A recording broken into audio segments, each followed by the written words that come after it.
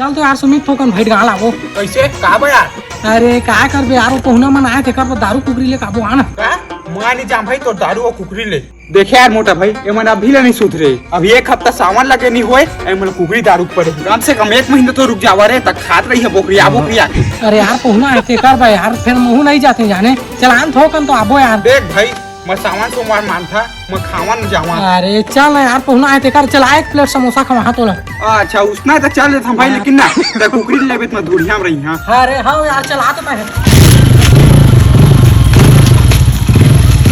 भाई क्या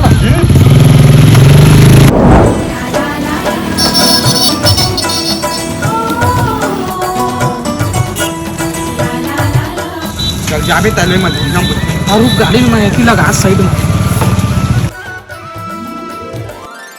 रुस्तम हो मोरब 2 किलो चिकन बना दो लेवा लो 5 मिनट बैठा बना लेवा। हाँ हाँ